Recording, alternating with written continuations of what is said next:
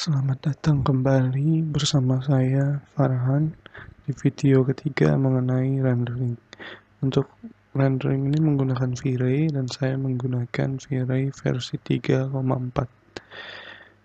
Ya, untuk tahapan pertama ini yang berdasarkan SketchUp-nya sendiri itu kita menggunakan Paint Bucket dan mengaplikasikan tekstur kayu ke seluruh permukaan yang membutuhkan.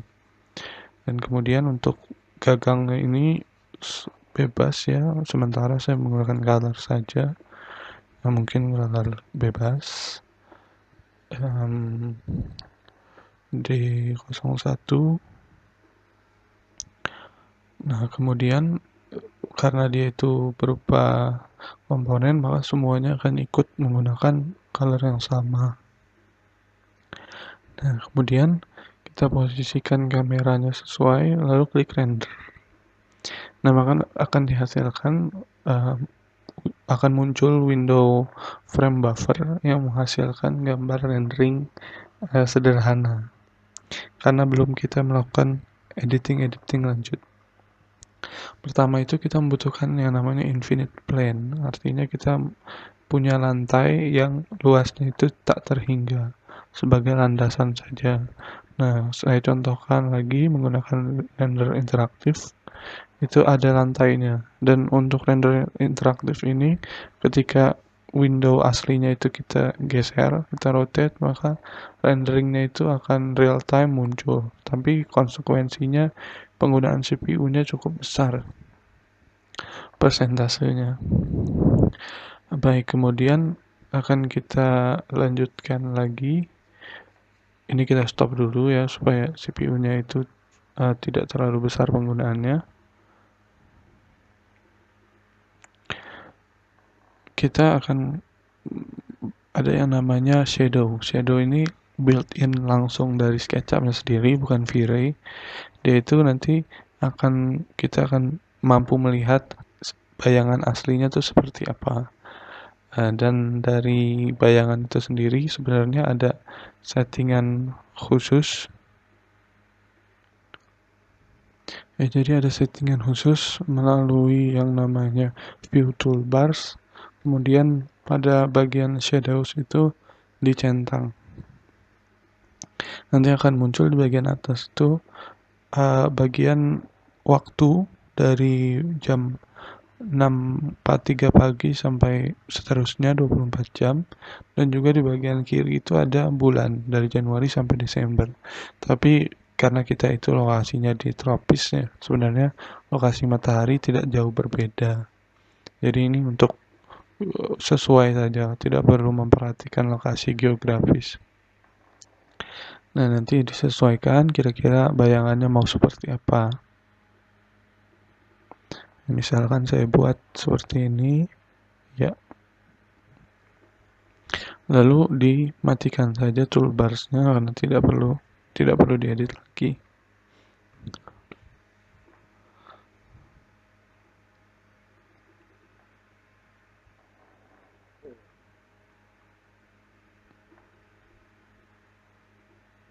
Ya.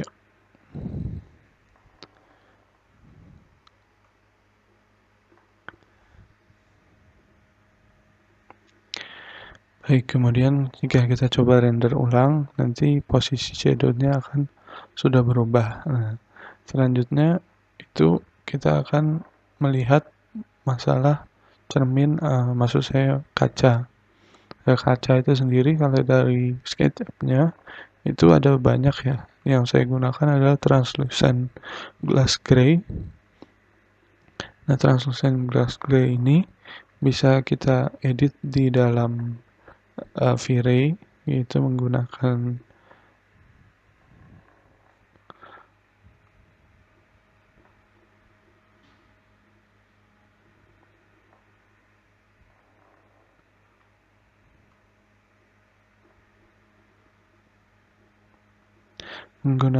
asset editor.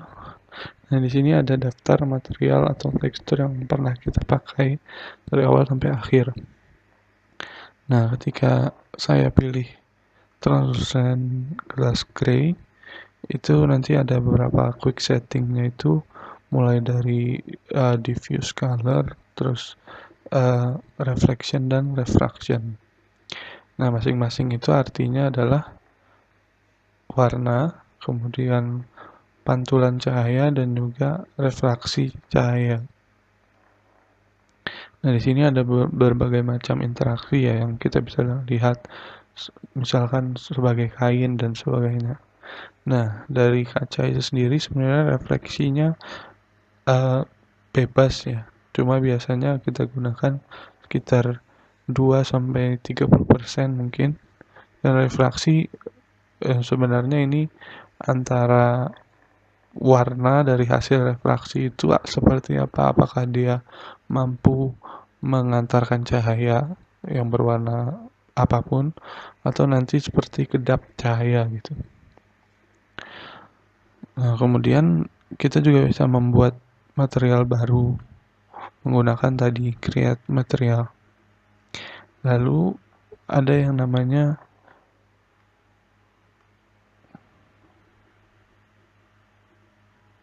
opacity. Opacity itu adalah seberapa persen warna yang di depan dan di belakang itu tembus. Tapi ini tidak ada hubungannya dengan rendering ya, karena rendering itu nanti masuknya ke refraction dan reflection. Kalau opacity itu seperti memang warna dia sendiri itu sudah bening, tidak 100% memiliki warna.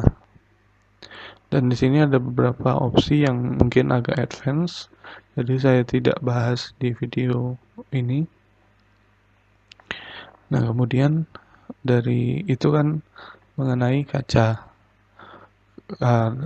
Memang perbedaannya itu cukup tidak terlihat ya, karena kacanya itu hanya di satu lokasi dan dia tidak memiliki sumber cahaya lain selain cahaya matahari. Tapi seandainya kita melakukan desain interior, nanti itu cukup penting. Tapi sementara kita fokus ke material saja, tekstur. Nah, yang selanjutnya itu kita akan bahas mengenai material kayunya itu sendiri. Seperti yang kita bisa lihat ya, kalau kita zoom, kayunya itu sendiri sepertinya resolusinya itu kayak seperti low resolution. Jadi serat-serat kayunya itu ukurannya tidak pas, terlalu besar. Maka dari itu bisa diedit menggunakan pen bucket di material editor itu, dari SketchUp-nya itu sendiri. Nanti ukurannya bisa kita rubah.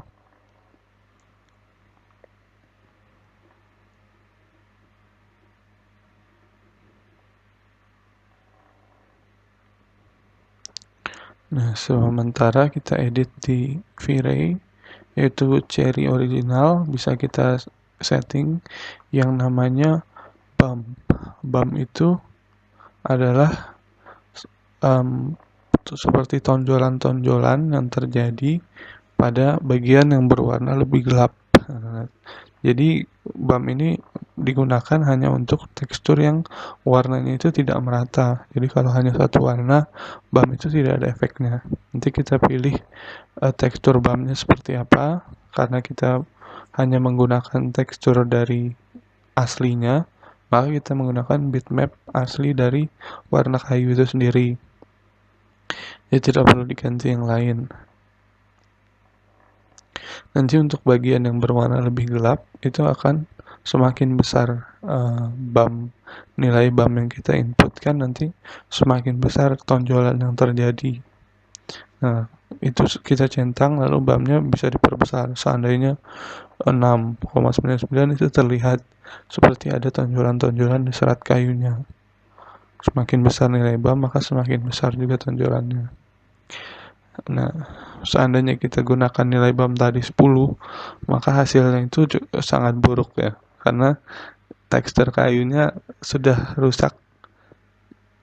Karena nilai bump itu sendiri harusnya berkisaran 1, di bawah 1, seandainya lebih dari 1 pun tidak sampai lebih dari 2 begitu. Nanti bisa dicoba-coba kira-kira nilai bump yang tepat itu seperti apa.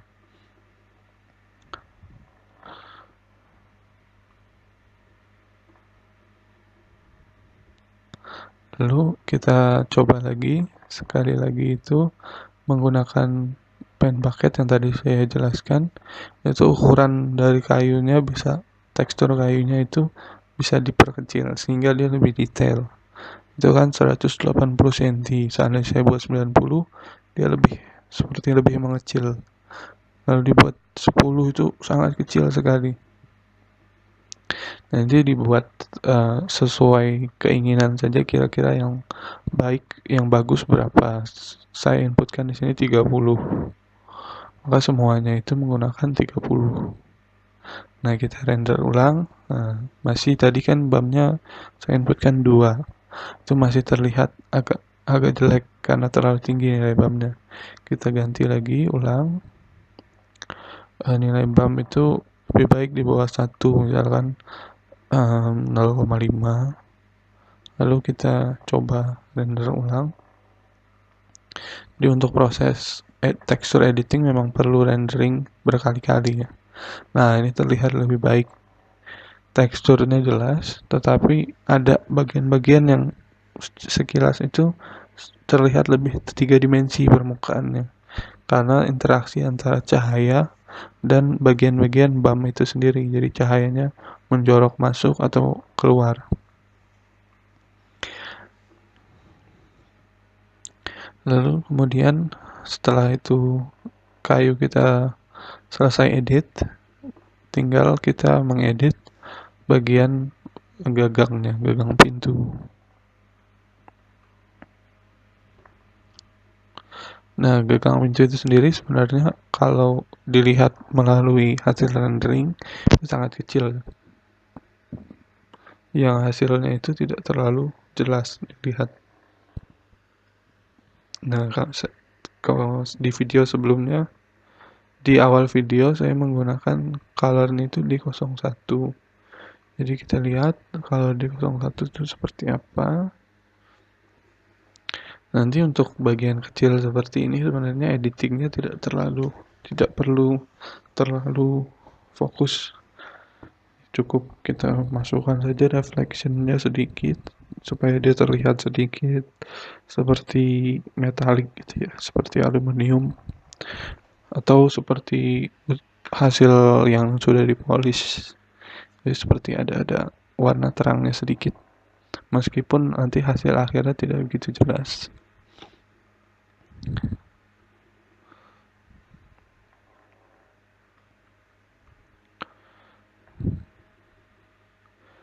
Ya, renderingnya memang cukup lama ya. Lalu yang berikutnya ini adalah bagian kacanya, karena saya memutuskan untuk menggunakan hanya satu permukaan kaca.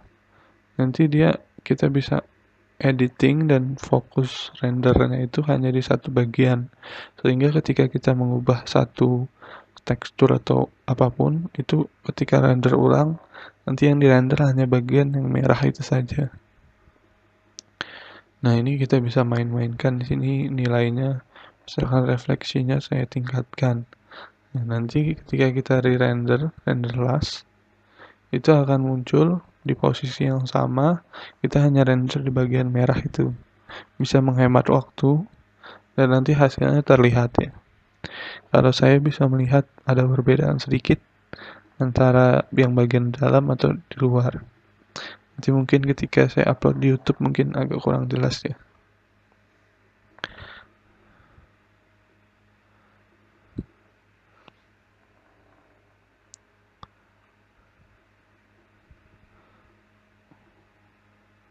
Sudah saya cek ulang ya, ini sudah betul translucent grass gray yang tadi kita edit di asset editor. Ya begitulah untuk tutorial SketchUp ini. Dari tahapan pertama saya jelaskan basic tool, lalu yang kedua saya jelaskan modelingnya dari awal sampai akhir.